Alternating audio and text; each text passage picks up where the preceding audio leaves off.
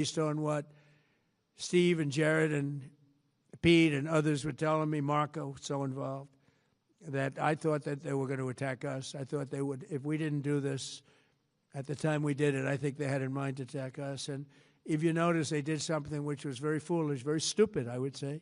They attacked their neighbors. And their neighbors were largely neutral, or at least weren't going to be involved, and they got attacked. And it had the reverse effect. The neighbors came onto our side and started attacking them, and actually quite successfully. If you look at Saudi Arabia, you look at UAE, Qatar, and others, but they were strong and they were smart, but they got attacked. Nobody, when I first heard it, I said, no, somebody made a mistake. There was no mistake. UAE had over 1,000 missiles shot at it, knocked them almost all down. On the very first day I came down the escalator in 2015, I said, quote, I will stop Iran from getting nuclear weapons, and all I'm doing is keeping my promise. Think of that. That was in 2015.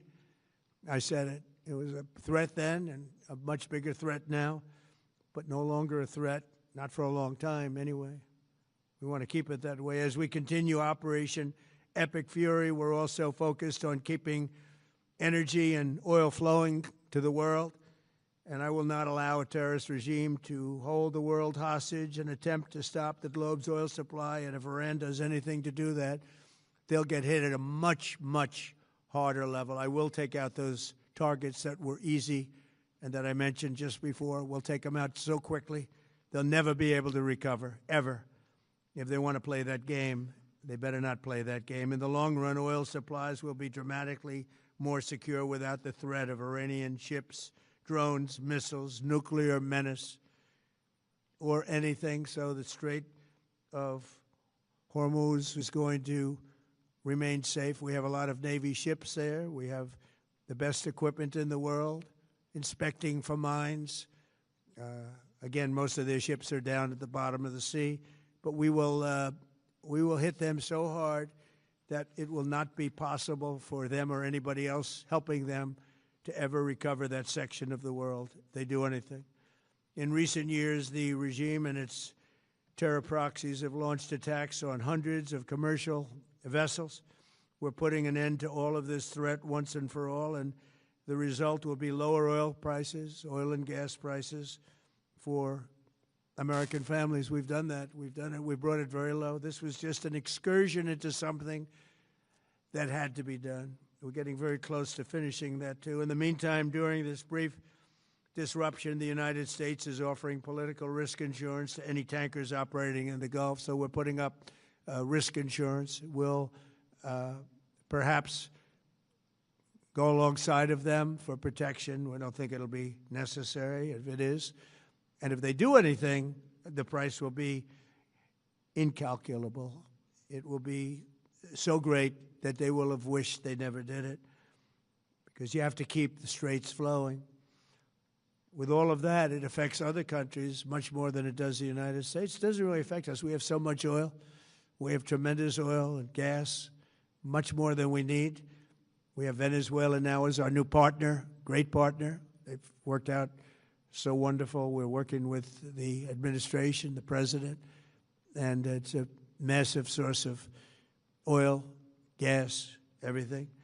But we're in a very good position, but very unfair to other parts of the world, like China as an example. I mean, we're doing this for the other parts of the world, including countries like China. They get a lot of their oil through the straits. So we're doing this. We have a very good relationship with President Xi in China. I'm going there in a short period of time, and we're protecting the world from what these lunatics are trying to do, and very successfully, I might add. We're also waiving certain oil-related sanctions to reduce prices. So we have sanctions on some countries. We're going to take those sanctions off till this straightens out. Then who knows, maybe we won't have to put them on. There'll be so much peace. But when the time comes, the U.S. Navy and its partners will escort tankers through the strait if needed. I hope it's not going to be needed, but if it's needed, we'll escort them right through. and we have the greatest mine-sweeping ability. We have the greatest ships, and we know exactly where they're placed. We'll get them out of there very fast, but we hope we don't have any of that. And again, if they do that, if they play that game, we're going to hit them at a level that they have not seen before. So we're winning very decisively. We're way ahead of schedule. Our military is the greatest in the world, with the greatest equipment and the greatest people in the world. Nobody's ever seen anything like it. Iran's a very powerful country. They were going to take over the Middle East. If we did not hit them, they were going to take over the Middle East. They had thousands and thousands. Since their last hit, they had thousands and thousands of missiles and everything else. Most are now destroyed. But they were going to take over the Middle East. Those weapons were aimed at Middle Eastern countries that had nothing to do with this. They were going to take over the Middle East, and they were going to try and destroy Israel. So we stopped it with good timing, and we're very proud to be involved in this, and it's going to be ended soon. And if it starts up again, they'll be hit even harder. Thank you very much for being here. Go ahead. Any questions? Thank you so much. Go ahead. Do you approve of Iran's new supreme leader? And secondly, can you tell us more about your call with Russian President Vladimir Putin today? Yes. What did you discuss? Yes, I had a very good call with President Putin. We had a lot of people on the line from our side, from his side. We were talking about Ukraine, which is just a never-ending fight. And look, there's tremendous hatred between President Putin and President Zelensky. They can't seem to get it together. But I think it was a positive call on that subject. And we obviously talked then about the Middle East. And he wants to be helpful. I said, you could be more helpful by getting the Ukraine-Russia war over with. That would be more helpful. But we had a very good talk, and he wants to be very constructive. Yeah, please. Yeah, please. Thank you, Mr. President. On Iran, you called it an excursion. You said it would be over soon. Are you thinking this week it will be over? No, Are you talking but soon. about days? I think soon. Okay, and with respect Very to... soon. Look, everything they have is gone, including their leadership. In fact, there are two levels of leadership, and even actually, as it turns out, more than that. But two levels of leadership are gone. Most people have never even heard about the leaders that they're talking about. So it's obviously been very, very powerful, very effective. With respect to Cuba, you said that Cuba wants to make a deal. Yes. What would the United States get in return for that, and why should Americans trust Marco Rubio to negotiate it? Well, Marco Rubio is doing a great job. I think he's going to go down as the greatest Secretary of State in history. Look at what we've done as a presidency. Look at what we've done as an administration. They trust Marco, and so do the American people trust. He's been successful no matter where he's been. He also speaks the language, which is always nice and always helpful. But he's dealing, and it may be a friendly takeover. It may not be a friendly takeover. It wouldn't matter, because they're down to, as they say, fumes. They have no energy. They have no money. They're in deep trouble on a humanitarian basis. And we don't want to see that, but they were very, very bad to a lot of people, as you know, and a lot of people living the Cuban-American vote, which I got at record levels. Very important. Those people are very important to me. I know what they went through. They went through hell. Some of them have gone on to be some of the most successful people in the country. Cuban-American business people, some of them are like the most successful in the country. And a lot of them are friends of mine, because I've been fighting this battle with them for a long time. The Castro regime was brutal, but they lived off Venezuela. Now they don't live off Venezuela. Sends them no energy, no fuel, no oil, no money, no nothing. They lived without Venezuela. They couldn't have made it. And we cut them off from everything else. So, yeah, they're going to make either a deal, or we'll do it just as easy anyway. Yeah. Please, go ahead.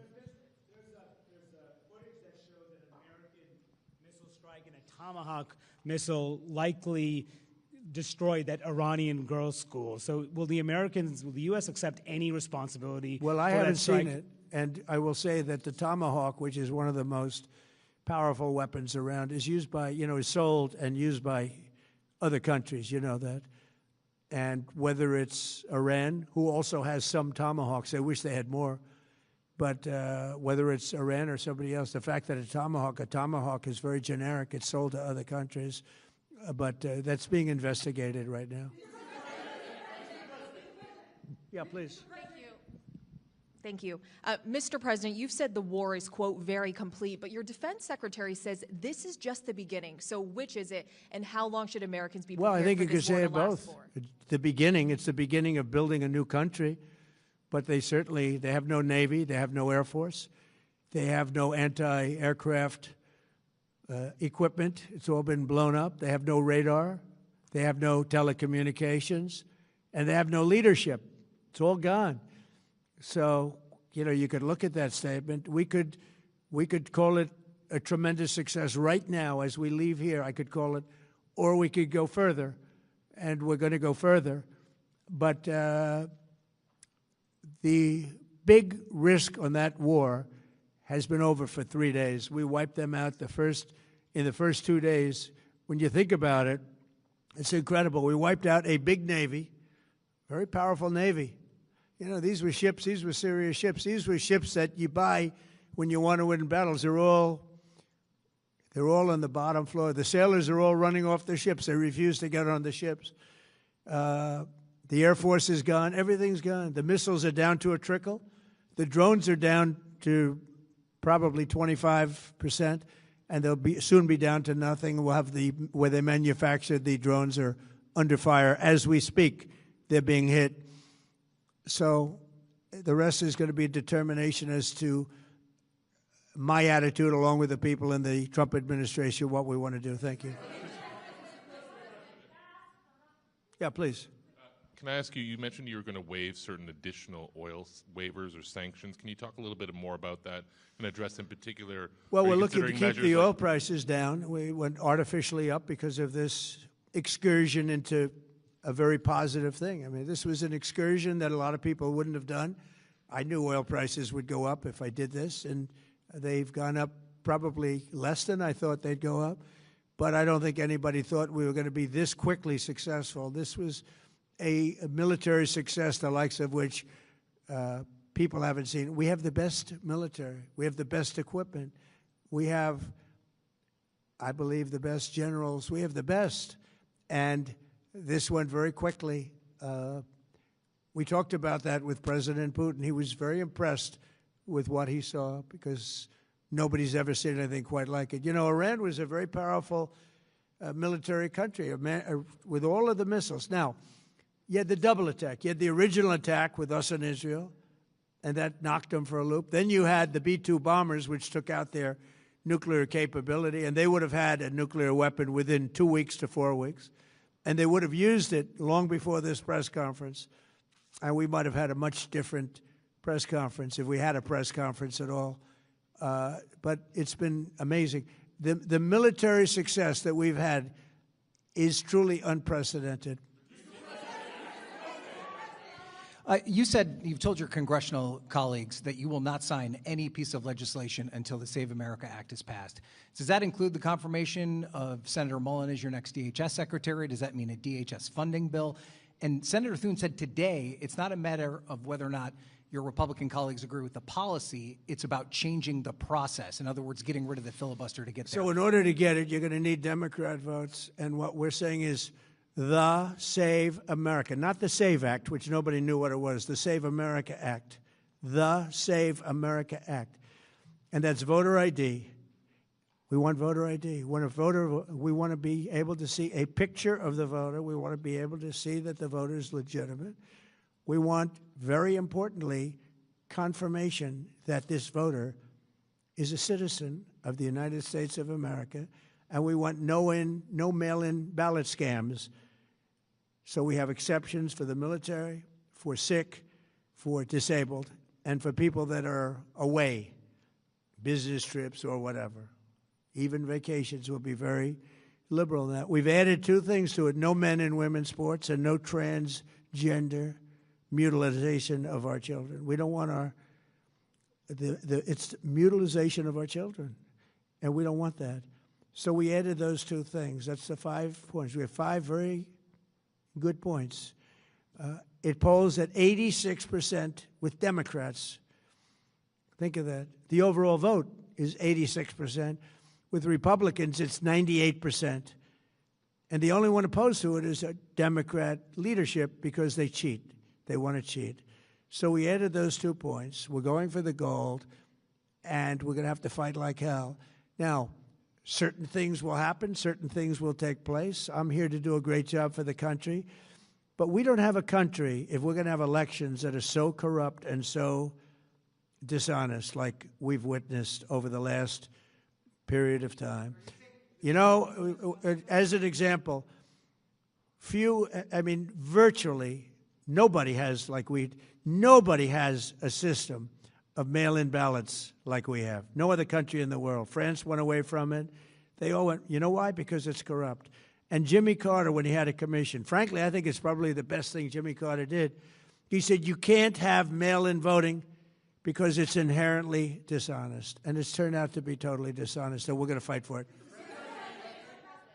Yeah. Has Iran activated any sleeper cells inside the U.S.? There's reports that they have pressed that trigger button to activate those cells, at least abroad. Well, they've been trying for a long time. We've been very much on top of it. One of the things we have to do is get the Democrats to stop the Democrat shutdown, because, as you know, the apparatus that looks into that, Schumer and the Democrats have shut it down, which tells you they probably hate our country a lot. But the Democrats have to open that up. But we've got very, very good intelligence into that. We know a lot of different things that have happened that have been very bad. A lot of them came in during the Biden open border period, but we have them under, we've got them, we're watching every single one of them. Yeah, we know a lot about them. The biggest problem we have is the Democrat shutdown. We know a lot about them, but the shutdown doesn't allow us to do what we have to do. Have to take him out? Does he have a target on his back? You mean the new Supreme Leader? You mean the son? How can there be an Iran? Well, with I don't want to say that, but you know, I was disappointed because we think it's going to lead to just more of the same problem for the country. So I was disappointed to see their choice. Thank you, sir. You've said you have someone in mind to be the new Iranian leadership, if not the Ayatollah's son. What are you looking for in that person? Are you looking at someone internal, given that you just said that their leadership has been decimated? I like the idea of, internal and eternal, come to think of it. But I like the idea of internal because it works well. I mean, I think we've proven that so far in Venezuela. We have a woman, Delcy, who has been, president of the country, very respected, she's doing a great job. And it's, no disruption. We had, as you remember, Iraq, where everybody got fired. The military got fired, the police got fired, the politicians got fired. There was nobody. And you know what they turned into? ISIS. And we don't want that. We don't want that. So I would like to see people that are inside go. Now, they talk about the son of the Shah. They talk about other people. But, hasn't been there in many, many years. We have a formula that's been very good so far, and I think it'll continue to be good. The relationship is extraordinary with Venezuela, smart country. We've taken out 100 million barrels of oil. It's right now in Houston being taken care of and made so beautiful. And you have to see this at work. They have, it's brought to the refineries. It's being refined in Houston, which is made exactly for that product. And so far, but it's 100 million barrels of oil, and now they have another 100 million barrels coming. And it's like a partnership. We're getting along so well with them. It's great for Venezuela, and it's great for the United States. Yeah, please go ahead. Hi, Mr. President. You just suggested that Iran somehow got its hands on a tomahawk and bombed its own elementary school on the first day of the war. But you're the only person in your government saying this. Even your defense secretary wouldn't say that when he was asked, standing over your shoulder on your plane on Saturday. Why are you the only person saying this? Because I just don't know enough about it. I think it's something that I was told is under investigation, but tomahawks are used by others, as you know. Numerous other nations have tomahawks. They buy them from us. But I will certainly, whatever the report shows, I'm willing to live with that report. Yeah, please. You said earlier that we've already won in many ways, but we haven't won enough. What do you consider enough? What's your baseline? Where they're not going to be starting the following day to develop a nuclear weapon. Where they'll look at that man and some other people from the administration and say, all right, we're not going to do it. They were not willing to say that. And when Steve called up and he said that to me, I said, well, here we go. Let's do it the hard way.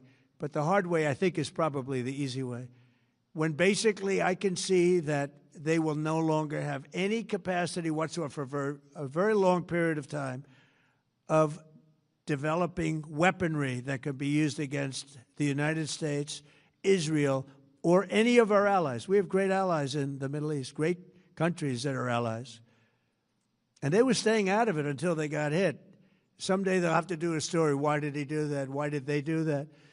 But they were going to hit them. If I didn't hit them first, they were going to hit our allies first.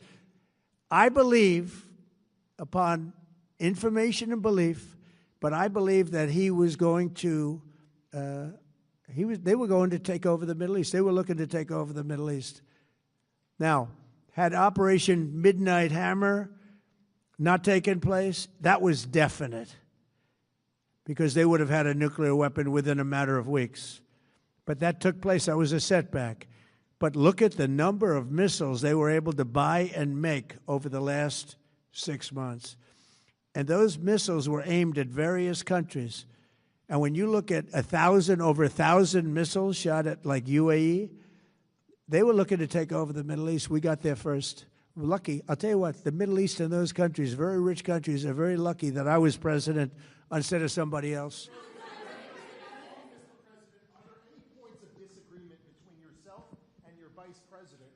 To U.S. action in Iran? I don't think so, no. No, we get along very well on this. He was, I would say, philosophically a little bit different than me. I think he was maybe less enthusiastic about going, but he was quite enthusiastic. But I felt it was something we had to do. I didn't feel we had a choice. If we didn't do it, they would have done it to us. I felt, based on the negotiations that were being had by Steve Witkoff and Jared Kushner and Marco and Pete, and everybody was involved, I felt that they were looking to tap us along before they hit, and I thought they were going to hit. And if they hit us first, that would have been a very bad thing. In the back, please, in the back.